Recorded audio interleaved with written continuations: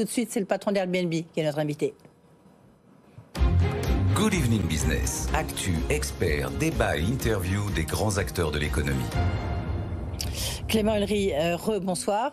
Merci d'être avec nous. Vous êtes le directeur France et Belgique. C'est important d'Airbnb, mais on va surtout parler de la France parce qu'évidemment, c'est les Jeux Olympiques qui sont pour vous une opportunité historique.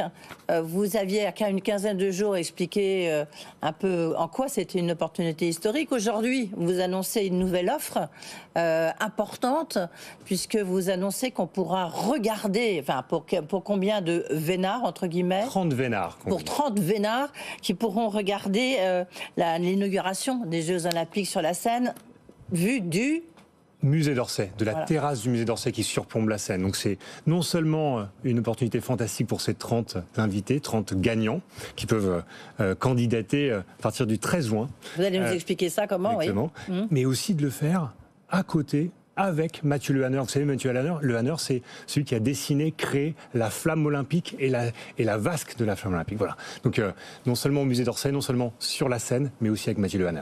Et donc là, pour être gagnant, c'est gagnant comment, quoi Gagnant, vous allez sur l'application Airbnb. Le 13 juin, vous pouvez acter candidature. Vous faites une demande de réservation et aussi vous alliez ça de quelques mots de motivation pour expliquer pourquoi cette candidature, pourquoi cet événement est aussi unique qu'il l'est vraiment, parce qu'on parle quand même de la cérémonie des Jeux Olympiques à Paris, sur la Seine, depuis le musée d'Orsay, avec Mathieu Le Hanner, et ce après avoir quand même visité la collection des impressionnistes en privé juste avant quand même. Ah oui, c'est une magnifique exposition, je vous confirme.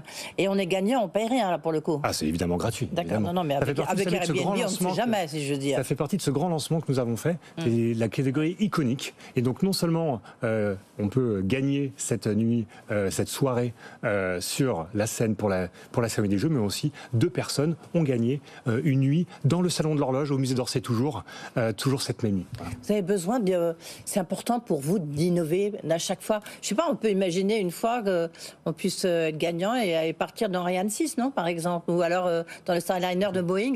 Vous pourriez aller jusque là? Les expériences iconiques que nous venons de lancer, c'est des expériences absolument uniques, des expériences une fois dans la vie, mais aussi animées par un autre qui est un grand nom de l'art, de la musique, du sport, donc peut-être de l'espace, un jour, qui sait. Un jour, qui sait. Comment ça se présente ces Jeux Olympiques? Je le disais en introduction, c'est évidemment pour vous, c'est un moment historique, mais est-ce qu'il est aussi historique que vous auriez pu l'anticiper? Ce que je peux vous dire, c'est qu'on a 5 fois plus de réservations aujourd'hui, quand on se parle, en vue des Jeux Olympiques, que l'année dernière pour les mêmes dates. Donc on est sur un formidable engouement. Et j'ajoute que les Français commencent à réserver vraiment massivement. On voit cette accélération. Vous savez, les Français, ils ont pratiquement 70% des billets pour les Jeux Olympiques. D'accord ? Donc on a cette accélération. Et donc, moi, je sens un formidable engouement pour Paris au mois d'août. Et aussi, je remarque, en dehors de Paris, dans les villes hautes, autour des villes hautes, et aussi en zone littorale et zone rurale, après et autour des Jeux Olympiques. Donc il y a un formidable engouement pour un été. Et pourtant, je sais pas, on lit beaucoup de choses en disant que les Français, notamment les Parisiens, se sont dit c'est une aubaine financière incroyable, donc nous aussi on va louer, donc il y a une offre pléthorique. Il y a l'offre Airbnb, et qu'en fait, pour l'instant, ça n'était pas au rendez-vous. Vous nous dites ce soir, pour Airbnb, c'est au rendez-vous. Alors, ça sera un événement absolument exceptionnel, historique. Ça sera le plus grand événement de l'histoire d'Airbnb. Il n'y aura jamais eu autant de voyageurs accueillis par autant d'autres dans une destination comme Paris au mois d'août.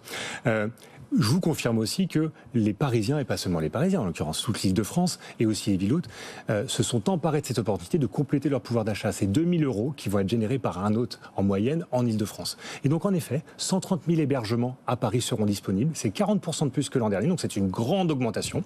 Et la demande elle-même a augmenté, les voyageurs arrivent, et encore une fois, les Français sont en train de s'emparer de cette opportunité. Et Clément Ulry, comment vous faites? Parce que c'est une grande question que tout le monde se pose, enfin en tous les cas, on le voit bien quand on en parle.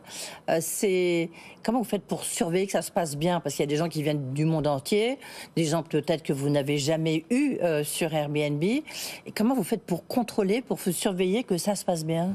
Alors, il y a 2 choses. La première, c'est que Airbnb, c'est une plateforme sur laquelle les avis, les commentaires, les notes sont extrêmement importantes pour donner à chacun, les hôtes et les voyageurs, la sérénité. Oui, mais là, il y a sans doute des gens un peu différents, puisque c'est les Jeux Olympiques, donc c'est un public différent. Il y a en tout cas une croissance du nombre de personnes. C'est aussi pour ça que à événements exceptionnels, dispositifs exceptionnels. Airbnb investit massivement dans l'augmentation du service client. Il y a on investit 27 millions d'euros en augmentation du nombre d'agents, 2400 agents qui seront là 24 heures sur 24 pour accueillir, pour répondre aux hôtes, aux voyageurs qui auraient des questions. Voilà, c'est vraiment ça. Et puis on augmente aussi, on élargit aussi nos conditions d'application de notre assurance AirCover. Ouais. Est-ce qu'il y a une augmentation des prix considérable? Parce qu'il y avait, on les disait plus 25, plus 100%, etc. Puis là, on voit qu'il y a quand même, le soufflet est un peu retombé. Chez vous, c'est combien?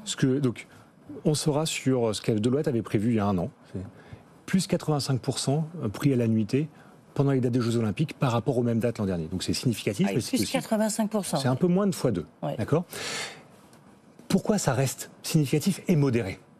En fait, c'est l'augmentation de l'offre dont vous parliez. Tous ces Parisiens qui se sont emparés de la capacité à accueillir chez eux, ou chez une chambre chez l'habitant, on a plus 60% de chambres chez l'habitant, donc des gens qui accueillent chez eux, ou quand ils n'y sont pas, si jamais ils décident de... Oui, c'est des chiffres importants, plus 60%. Plus 60% de chambres chez l'habitant, voilà. Donc c'est cette augmentation de l'offre qui permet cette modération des prix.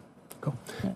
D'accord, donc ça c'est effectivement beaucoup. Quels sont puisque vous avez un top 10 ou un top 5 des villes, alors, des autres villes? Évidemment Paris. Oui, non, Paris, d'accord. Ce qui est très intéressant, il y a évidemment les villes hautes, Versailles, Lyon. Oui. Et ce qui est très intéressant, c'est les plus fortes croissances, elles sont en fait en périphérie de ces villes hautes. Moi, ce que je trouve vraiment marquant, c'est Saint-Denis, c'est Saint-Ouen, c'est Aubervilliers, c'est Montreuil, Saint-Denis, c'est là où beaucoup de choses vont se passer. Évidemment. Ça tient à deux choses. Le Stade de France, et puis aussi nous avons favorisé les recherches par centre d'intérêt, par Stade de France, pour justement permettre cette dynamique. Mais Montpellier, Montreuil, Aubervilliers, Boulogne, ce sont en fait des villes qui bénéficient d'un attrait pour les voyageurs qui seront au plus près des Jeux à des prix souvent plus abordables. Est-ce que vous anticipez déjà, par exemple, que la rentrée, je ne sais pas, au mois de septembre, au mois d'août, après, alors il y a les Jeux paralympiques, oui, qu'il ne faut surtout pas oublier. Merci de le dire. Est-ce que vous anticipez que ça aura un effet? Parce que même le président Macron l'a dit.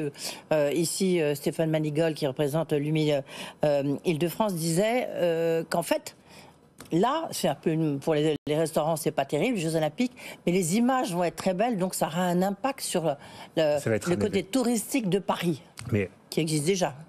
Quelle plus belle image pour Paris, quelle plus belle image pour la destination France que ces Jeux Olympiques au cœur de la ville. Et donc ça, c'est un événement absolument exceptionnel dont on doit tous se réjouir. Et pour Airbnb, je crois qu'on se mobilise autant que ça. Je veux dire, votre maison mère, elle regarde assez la dernière ligne. Est-ce qu'elle vous dit...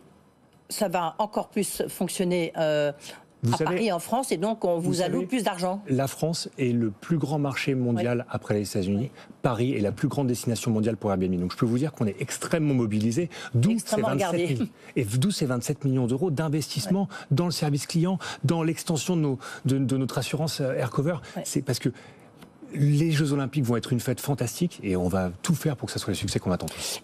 Clément Ulrich, comment vous faites face à cette offensive législative contre Airbnb? Alors, un peu de tout part, vous êtes cerné. Ce que je peux vous dire, c'est que il s'agit de apporter aux mains des maires des mesures qui leur permettront de trouver un équilibre entre offre de logement et offre de location meublée touristique.